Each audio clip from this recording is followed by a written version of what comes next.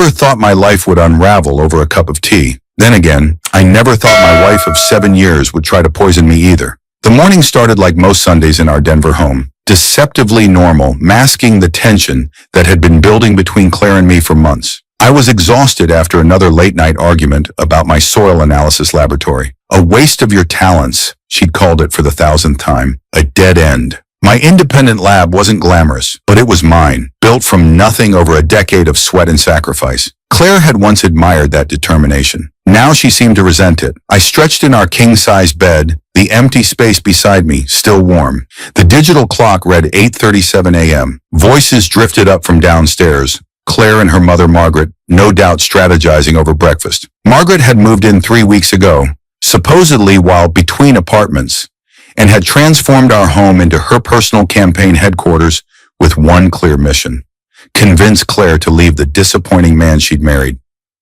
He could be making triple with his chemistry background at Kellington Biotech, I'd overheard Margaret say 2 nights ago, her voice carrying through the heating vent.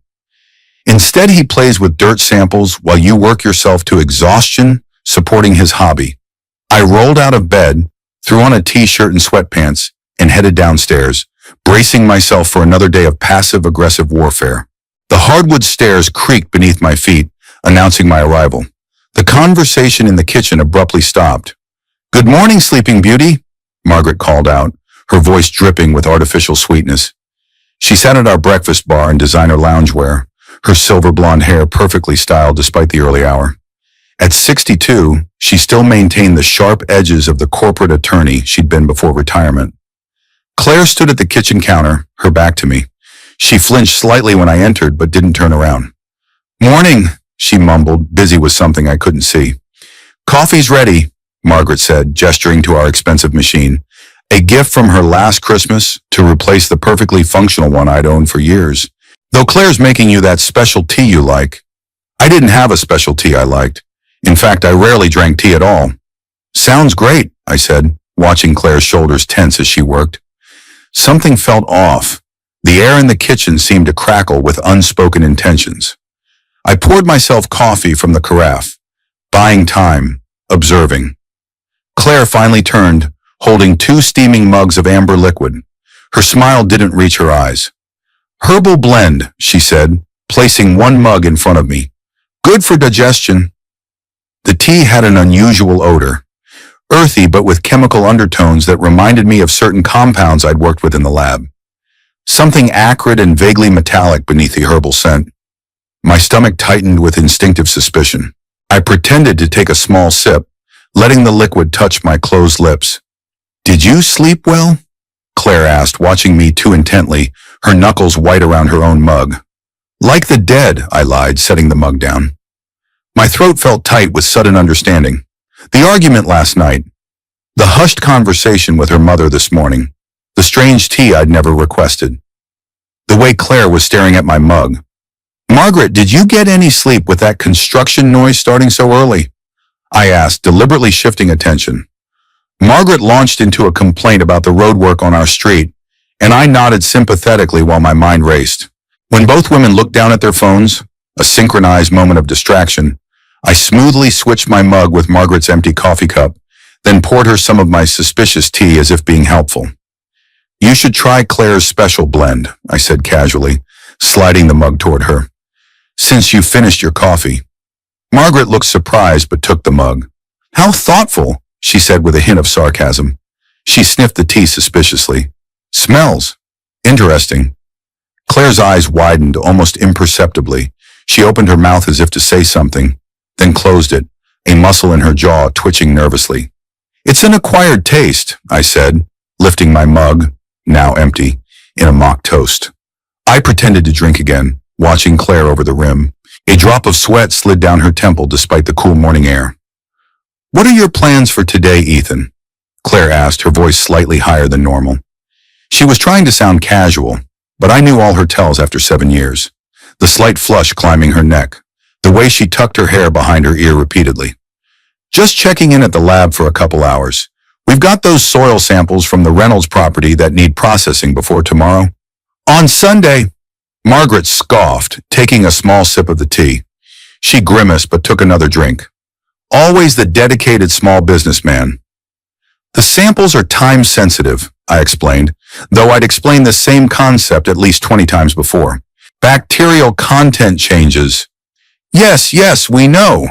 Margaret waved her hand dismissively. The exciting world of dirt.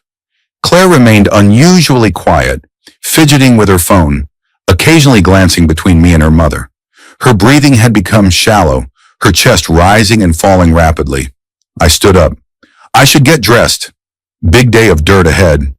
As I headed upstairs, I heard Margaret take another drink and comment, "This tea is terrible, Claire. It tastes like lawn clippings and chemicals." It's supposed to be healthy," Claire stammered, panic edging into her voice. In our bedroom, I quickly dressed in jeans and a button-down, my hands shaking slightly. Was I being paranoid? Could there be an innocent explanation for Claire's behavior? For the strange-smelling tea? My heart pounded against my ribs, adrenaline coursing through me, as if my body recognized the threat before my mind fully accepted it. I remembered the stack of life insurance paperwork Claire had asked me to sign last month, a policy that would pay out $750,000 in the event of my death. It's just responsible financial planning, she'd said. At the time, it had seemed reasonable. Now I wasn't so sure. When I came back downstairs 20 minutes later, the scene in the kitchen had changed dramatically. Margaret was bent over the sink, violently retching. Claire was rubbing her mother's back, her face pale with panic. Or was it fear? "What's wrong?" I asked, feigning concern. "Mom's sick," Claire said, her voice shaking. "She just started throwing up. Maybe it was something she ate last night." Margaret turned to me, her perfectly made-up face now ashen and damp with sweat. "I feel like my insides are being shredded," she gasped, clutching her stomach. She retched again, harder this time, a thin stream of bile splashing into the sink. "We should get her to the hospital," I said firmly. "This isn't normal." No, Margaret protested weakly. "It's probably just food poisoning. I'll be fine." "I insist," I said, already grabbing my car keys. "Better safe than sorry." Claire looked trapped, her eyes darting between her mother and me. I'll get her purse." When Claire dashed upstairs, Margaret grabbed my arm with surprising strength. "This is your fault," she hissed, her eyes boring into mine. "I don't know how, but this is your doing." I stared back, letting the mask of concern slip just slightly. "I guess we'll find out, won't we?" A flicker of uncertainty crossed her face as she registered my calm response. Then she doubled over again, a moan escaping her lips. 20 minutes later, I was pulling up to the emergency entrance of Denver Memorial. Margaret had vomited twice more in the car and was now experiencing severe abdominal cramps. Claire sat in the back seat with her, increasingly frantic. "I'll park and meet you inside," I told Claire, as she helped her mother out of the car. Margaret could barely stand, her legs buckling as they moved toward the sliding doors. Once they were inside, I pulled away, heart pounding. Instead of finding a parking space, I drove straight to my laboratory on the outskirts of the city. The small, unassuming building housed equipment worth hundreds of thousands of dollars, the result of years of investment and careful business development. I unlocked the door, disabled the alarm system, and went straight to my main workstation. From my jacket pocket, I removed a small container where I'd managed to discreetly pour a sample of the tea while pretending to help clean up after Margaret got sick. My hands moved automatically through the testing procedures I'd performed thousands of times, though never before for something this personal, this devastating. The betrayal burned like acid in my chest, making it hard to breathe as I waited for the analysis to complete. Within an hour, I had my answer. The tea contained a potentially lethal concentration of senna extract, a powerful natural laxative that in high doses could cause severe dehydration, electrolyte imbalance, and even heart failure in vulnerable individuals. There were also traces of ethylene glycol, anti-freeze, not enough to be immediately lethal on its own, but combined with the senna, it created a dangerous cocktail that would produce symptoms easily mistaken for severe gastroenteritis. This was no accident. No commercial tea would contain these components, especially not at these concentrations. This was deliberate. I sat back in my chair, staring at the test results, a cold emptiness spreading through my chest. My wife had tried to poison me, and now her mother was in the hospital instead. My phone buzzed with a text from Claire. Mom admitted for IV fluids. Severe dehydration. Doctor's running tests. Where are you? I didn't respond immediately. Instead, I drove back to our empty house, my mind surprisingly clear despite the chaos of emotions churning beneath the surface. There would be evidence. Claire wasn't a chemist. She wouldn't know how to cover her tracks completely. In our home office, I turned on Claire's laptop. She'd always used the same password for everything. Her mother's birthday followed by her mother's maiden name. Predictable. The computer unlocked on my first try. Her email was still open. I didn't have to search long. There were dozens of exchanges with someone named Brian Keller from Kellington Biotech, the same company Margaret had mentioned. The messages dated back 3 months. They started professionally enough, with Brian expressing interest in acquiring my lab's client list and proprietary soil analysis techniques. Claire had responded enthusiastically without my knowledge or consent. As I scrolled through the correspondence, my stomach knotted tighter. The tone changed about 6 weeks ago. Claire, Ethan's refusal is unfortunate, but not unexpected. Small business owners often have an emotional attachment that clouds their judgment. The offer we've made is more than generous for a business of that size. Claire's response, he's being stubborn. He doesn't see the bigger picture. Brian, perhaps there are other ways to convince him. The insurance policy you mentioned, that's a start. Sometimes people need to be guided to the right decision. The messages became more explicit over time. Brian suggested creating a situation of vulnerability where I would be financially and emotionally compelled to sell. Claire seemed hesitant at first, but was gradually persuaded by promises of a $40,000 consultant's fee upon successful acquisition of my business. The most recent email had arrived just yesterday. The revised offer expires Monday. If Ethan continues to resist, more persuasive measures may be necessary. Remember, this is for both your futures. Sometimes difficult decisions yield the best outcomes. The T method we discussed is untraceable if done correctly. Afterward, during his recovery period, you'll have power of attorney to handle business matters. The papers I sent you need only his signature. My hands shook as I read the words on the screen, my vision blurring with tears of rage. I had to brace myself against the desk, breathing deeply to maintain control. 7 years of marriage, countless shared dreams and promises, all of it a facade hiding this level of betrayal. I sat back, oddly calm after the wave of emotion passed. The betrayal was so complete, so calculated, that it felt almost unreal. Claire wasn't just having an affair with this Brian person. They were conspiring to incapacitate me, possibly kill me, and steal my business. My phone buzzed again. Ethan, please call me. Mom's condition is serious. Doctors are asking questions about what she consumed today. I texted back, on my way. Before leaving, I took photos of the emails, transferred them to my phone, and made sure to leave everything exactly as I'd found it. I also found the package of tea in the garbage, carefully wrapped in paper towels, and took a sample for additional testing. At the hospital, I found Claire in the waiting room, her face streaked with tears. She ran to me as I entered, throwing her arms around my neck. Ethan, thank God. Mom's getting worse. They're saying it might be some kind of poisoning. I hugged her back mechanically, feeling her body trembling against mine. How convincing her performance was. How utterly believable her distress. The warmth of her body against mine, once a source of comfort, now made my skin crawl. Poisoning, I repeated, my voice carefully modulated to show concern. How could that happen? They don't know. They're asking about everything she's eaten or drunk in the last 24 hours. Claire pulled back, searching my face. I told them about breakfast, the coffee, the tea. The special tea you made, I said quietly. Something flickered in Claire's eyes. Recognition, fear, calculation. Yes, she whispered. I don't understand how this could happen. A doctor approached us, Dr. Mendez according to her ID badge, a woman with kind eyes and a serious expression. Mrs. Cole, we've stabilized your mother for now, but her condition is critical. The symptoms suggest ingestion of a powerful laxative compound, possibly combined with another toxin. That's terrible, I said, putting my arm around Claire's shoulders.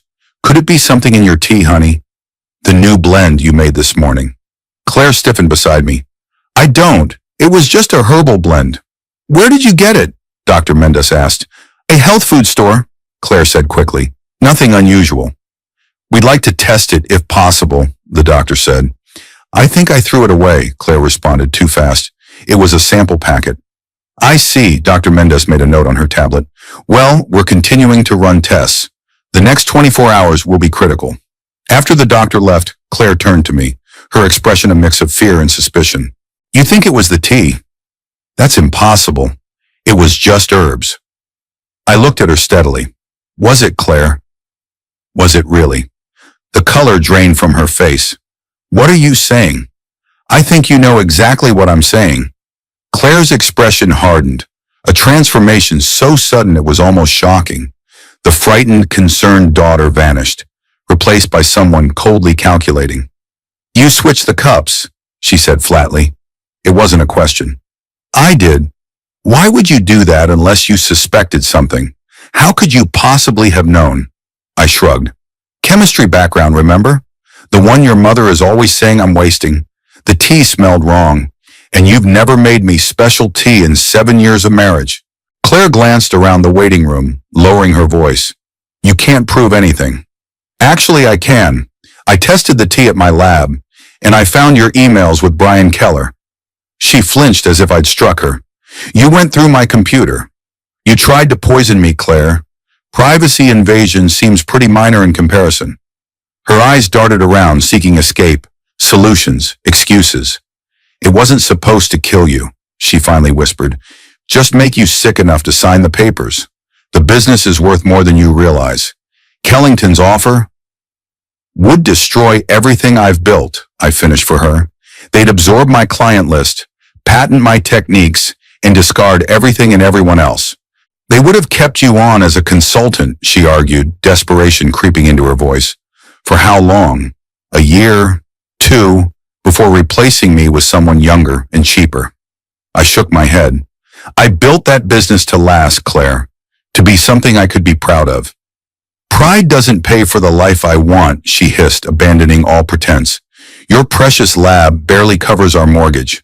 I'm tired of watching my friends take luxury vacations while I shop sales. Tired of explaining why my husband chooses dirt over ambition. The naked materialism in her voice stunned me, despite everything I'd already discovered. So you decided to poison me? I told you, it wasn't supposed to kill you. No, just violently ill enough to be hospitalized. Vulnerable enough to sign whatever you put in front of me. And what about the antifreeze, Claire? Was that Brian's suggestion too? Her eyes widened. What are you talking about? The ethylene glycol in the tea. Did you even know what you were putting in it? Or did you just follow Brian's recipe blindly? Claire's face crumpled. He said it was untraceable, that it would just look like severe gastroenteritis. Well, he was wrong, and now your mother is fighting for her life because of it. The weight of what she'd done seemed to finally hit Claire. She sank into a nearby chair, her body folding in on itself. Oh God, Mom. I felt nothing watching her breakdown.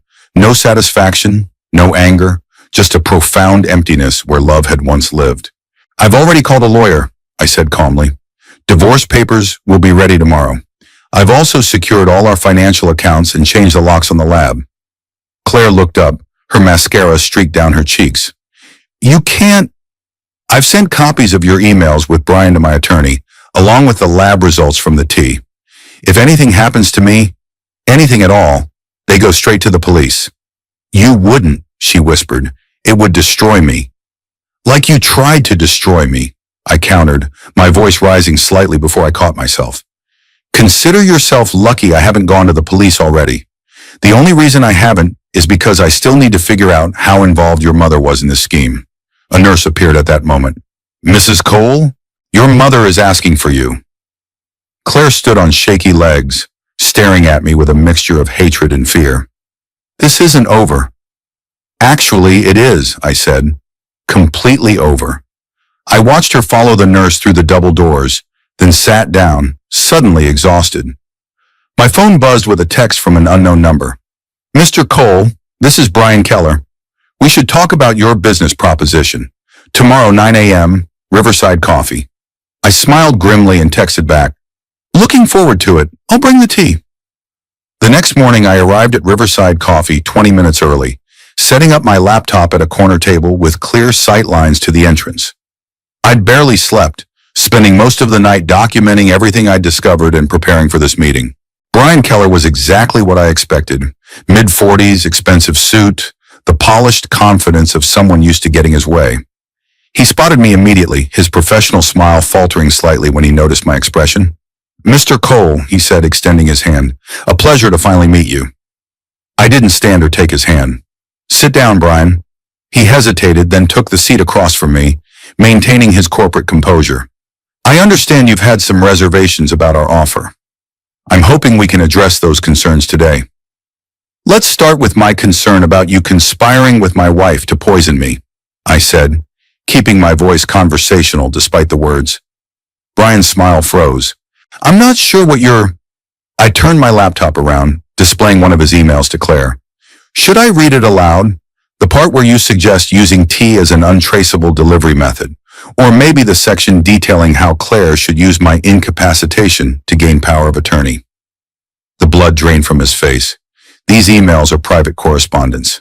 You have no right—" "Actually, they were on a computer I paid for, in a house I own half of. But that's really beside the point when we're discussing attempted murder, isn't it?" "Nobody was trying to murder anyone," he hissed, leaning forward. "This is a ridiculous mischaracterization." "I have the lab results from the tea, Brian." I slid a folder toward him. "Senna extract at 5 times the therapeutic dose, combined with ethylene glycol. Were you aware that combination could be lethal?" He didn't touch the folder. "Whatever Claire may have done was her own initiative. Kellington Biotech had nothing to do with—" "Save it," I cut him off. "I have the entire email chain. 43 messages detailing exactly how involved you and Kellington were, including the $40,000 consultant's fee you promised my wife." Brian's professional demeanor cracked. "What do you want, Cole?" "Money. I want you and your company to disappear from my life, permanently. No more offers, no more contact with me, or anyone associated with my business." He scoffed. "Or what? You'll go to the police. They'll never believe—" "The police are option 1, I agreed, "though I'm also considering your board of directors, your competitors, and the Denver Business Journal. I wonder how Kellington's stock would perform after a scandal involving corporate espionage and attempted poisoning." That hit home. Brian's face contorted with barely controlled rage. "You're making a serious mistake, Cole." "No, you made the serious mistake when you decided my business was worth having someone poisoned." I closed my laptop and stood up. "One more thing. Claire's mother is currently in intensive care because she drank the tea meant for me. If she dies, I promise you'll be facing charges alongside my wife." I left him sitting there, white-faced and silent. As I walked out of the coffee shop, I felt no triumph, just a hollow relief that this part was over. My phone rang just as I reached my car. It was the hospital. "Mr. Cole, this is Dr. Mendez. I think you should come in right away. It's about your mother-in-law." "What's happened?" I asked, though I already suspected the answer. "I'm afraid her condition has deteriorated rapidly. We're doing everything we can, but you should prepare your wife for the possibility that her mother might not make it through the day." I thanked the doctor and hung up, leaning against my car for support. I hadn't wished death on Margaret. Despite her constant criticism, she was just a mother trying to secure what she thought was best for her daughter. She didn't deserve to die for Claire's ambition. When I arrived at the hospital, I found Claire sitting alone in the ICU waiting room, her face ravaged by tears and lack of sleep. She looked up when I approached, her expression a mixture of grief and hatred. "They say she's dying," she said flatly. "Kidney failure. They can't reverse it." I sat beside her, keeping a careful distance. "I'm sorry, Claire." "Are you?" she asked bitterly. "This is what you wanted, isn't it? To punish me." "I never wanted anyone to die," I said quietly. "Least of all your mother." Claire laughed, a harsh, broken sound. "But you were fine with me going to prison." "You're going to the police, aren't you? That's why you met with Brian." I stared at her, seeing not the woman I'd married but a stranger. "How do you know I met with Brian?" She looked away. "He called me after. Said you had evidence that I should run." Her hands twisted in her lap. But I couldn't leave Mom. And yet you were willing to poison me, I said softly. Your husband, the person you promised to love and honor. You don't understand, she whispered. You never understood what it's like to want more. To see everyone around you succeeding while you're stuck in the same place year after year. We weren't stuck, Claire. We were building something. Together. Or at least I thought we were. A doctor appeared in the doorway. Mrs. Cole, your mother is asking for you both. Claire looked at me surprised. Both of us. The doctor nodded. She was very specific. We followed her into the ICU where Margaret lay connected to a tangle of machines and tubes. Her face was gray, her breathing labored. When she saw us enter, she motioned weakly for us to come closer. Claire, she whispered, her voice barely audible over the beeping monitors. What did you do? Claire grabbed her mother's hand. Mom, please, save your strength. The tea, Margaret interrupted. It wasn't meant for me, was it? Claire froze. I don't know what you're talking about. Margaret's eyes, cloudy with pain and medication, shifted to me. Ethan, you knew. I nodded. I'm sorry, Margaret. She closed her eyes briefly. That's why you switched the cups. You knew. Claire stared at her mother in horror. Mom, you're confused. The medication. Stop lying, Margaret hissed with sudden strength. I heard you. This morning. On the phone with that man talking about the tea. About Ethan signing papers during his recovery. She turned to me. I was going to warn you at breakfast. But then, her voice trailed off as she was seized by a coughing fit. Claire stood rigid, caught in her lies from an unexpected direction. Mom, I never meant for anyone to get hurt. It was just supposed to make him sick enough to... To what? Margaret demanded, her voice strengthening with anger. To manipulate him. To steal his business. I raised you better than this. You raised me to succeed, Claire shot back. To aim higher. You're the one who always said his lab was holding me back, that I deserve better. I never said to poison him. Margaret's monitor began beeping more rapidly as her heart rate increased. My God, Claire, what have you become? A nurse hurried in, checking the monitors. Mrs. Sawyer, you need to stay calm. Margaret ignored her, keeping her gaze locked on her daughter. I'm disappointed in you, Claire. So disappointed. She turned to me. Ethan, I'm sorry I underestimated you, and I'm sorry for what my daughter tried to do.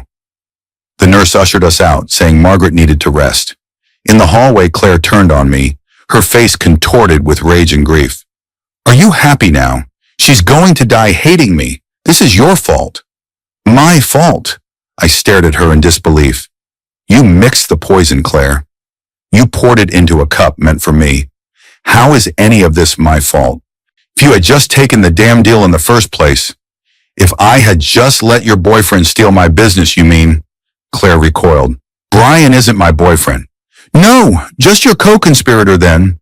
She opened her mouth to respond, but was interrupted by a code alarm blaring from Margaret's room. Medical staff rushed past us. We stood frozen in the hallway as doctors and nurses worked frantically to save Margaret's life. 10 minutes later, a doctor emerged, his face solemn.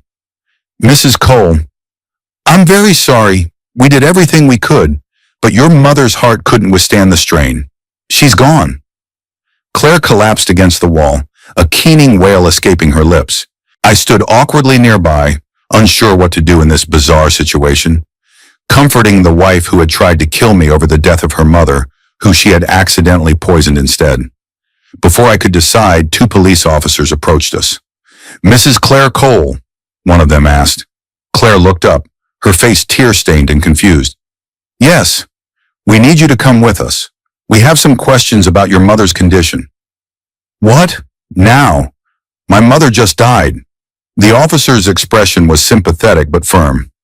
We've received information about potentially suspicious circumstances surrounding her illness. It's standard procedure in cases like this. Claire's panicked eyes found mine. Ethan! I shook my head slightly. I didn't call them. Then who? One of the nurses stepped forward. The toxicology report showed ethylene glycol in Mrs. Sawyer's system. Hospital policy requires us to report suspected poisonings to the police. Claire's face drained of color. This is a mistake. I need to call a lawyer. You can do that at the station, the officer said, taking her gently but firmly by the arm. Please come with us, Mrs. Cole. As they led Claire away, she looked back at me, her expression a mixture of rage and pleading. Ethan, don't let them do this. Tell them it was an accident. Tell them.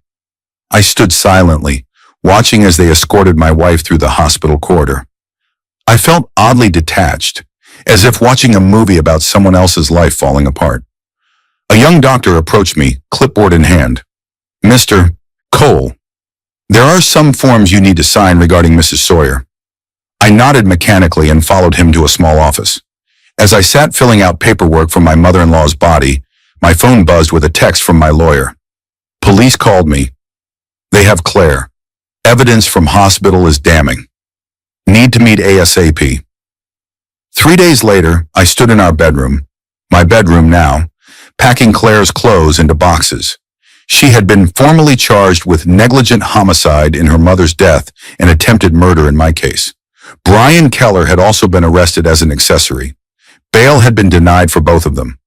I picked up a framed photo from Claire's nightstand, us on our honeymoon in Hawaii, smiling, sunburned, and blissfully happy. Had she loved me then? Had any of it been real? I would probably never know. The doorbell rang, breaking me from my thoughts. I went downstairs to find Detective Morris on my porch, her expression grim. Mr. Cole, we need to talk. I invited her in, leading her to the kitchen, the same kitchen where this nightmare had begun only a few days ago. Claire's claiming the poisoning was your idea, Detective Morris said without preamble. She says you set her up, that you were the one who wanted to get rid of Margaret and framed her for it. I stared at her, momentarily speechless. That's absurd. I know. The evidence doesn't support her story at all, but she's desperate. The detective placed a folder on the table.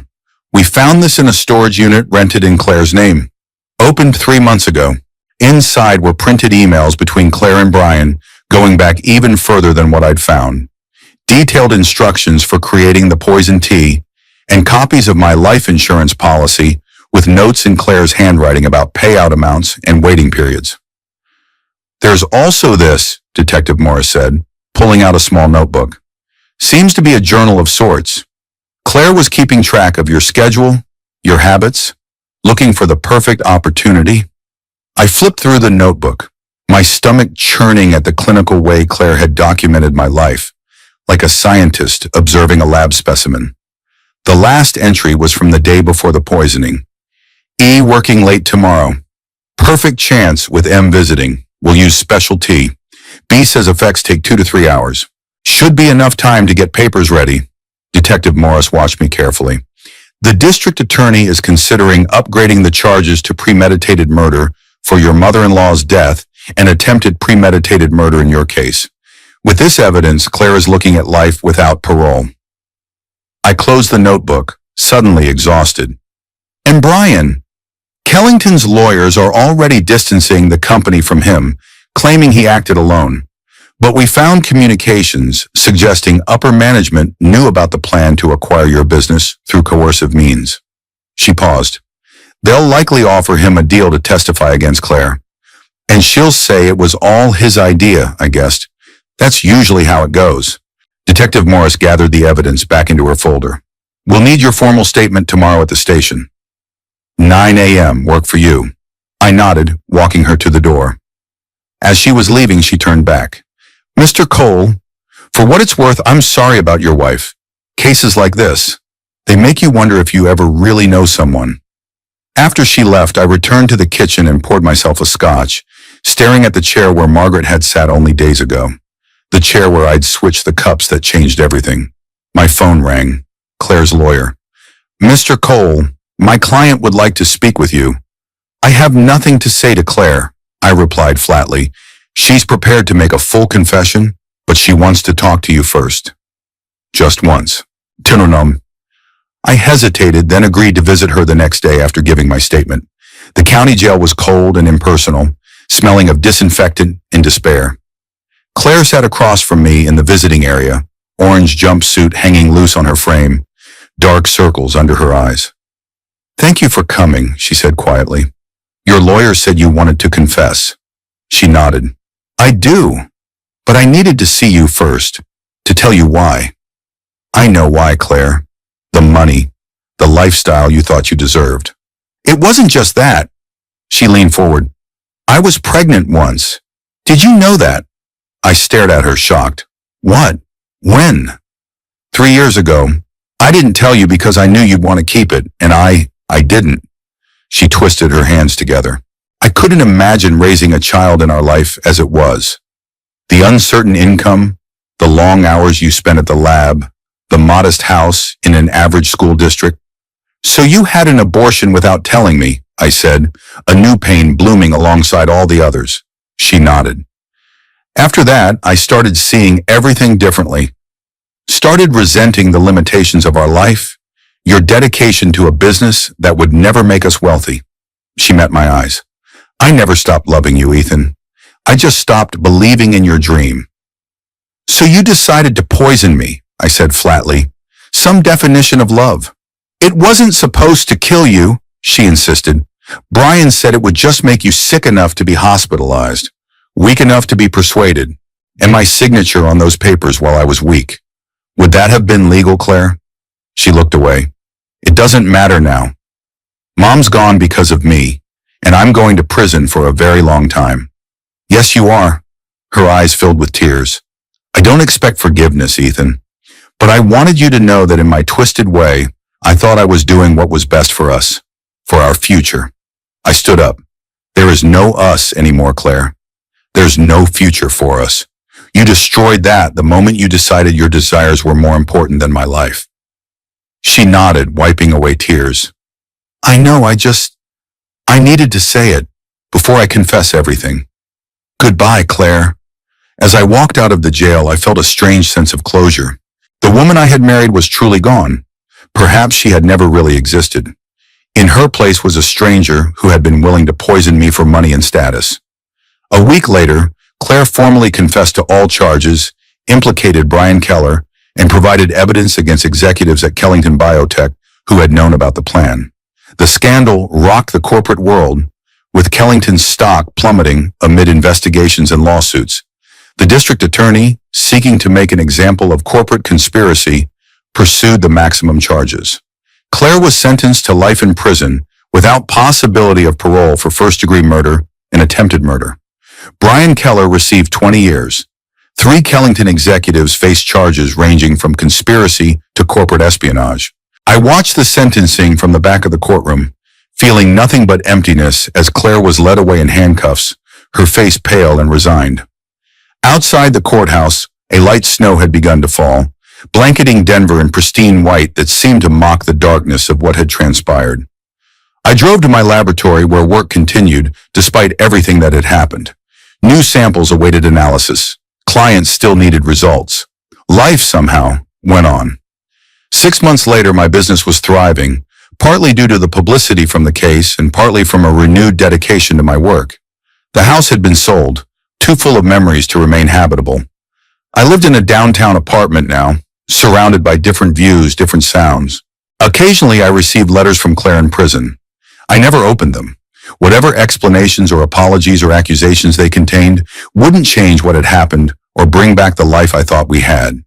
Instead, I focused on rebuilding. Not just my business, but myself.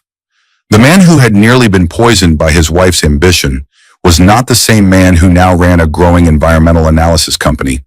He was more cautious, perhaps, but also more determined. More aware of the darkness people could harbor behind loving facades, but also more appreciative of genuine connections when they appeared.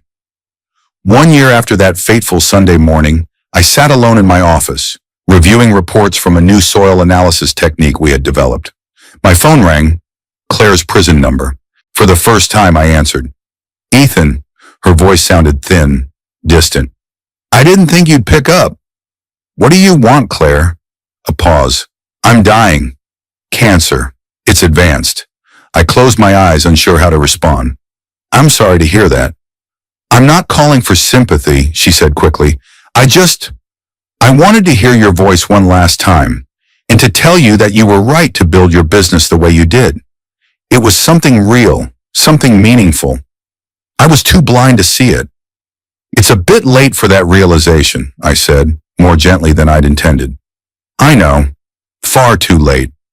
She coughed, a hollow, rattling sound. Goodbye, Ethan. Live well. The line went dead. I sat staring at the phone for a long time, a complex mixture of emotions washing through me.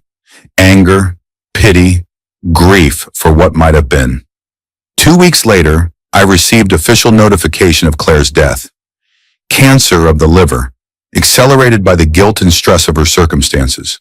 Her body was cremated, with no service as she had requested. That evening, I stood on my apartment balcony, watching the sun set behind the mountains. In my hand was the last letter Claire had sent me, finally opened. It contained only 3 lines. The bitterness wasn't in the tea. It was in me all along. I'm sorry I tried to make you drink it too. Wekum, I folded the note and put it away, then turned back to the view, to the city sprawling below, to the future stretching ahead, uncertain but mine, wholly mine to shape as I chose. The bitter brew that had been meant to end one chapter of my life had instead started another. Not the chapter Claire had planned with Brian Keller, but something entirely of my own making. Something built on the foundation of everything I'd fought to protect. And for the first time since that Sunday morning when I'd switched teacups with my mother-in-law, I felt something like peace.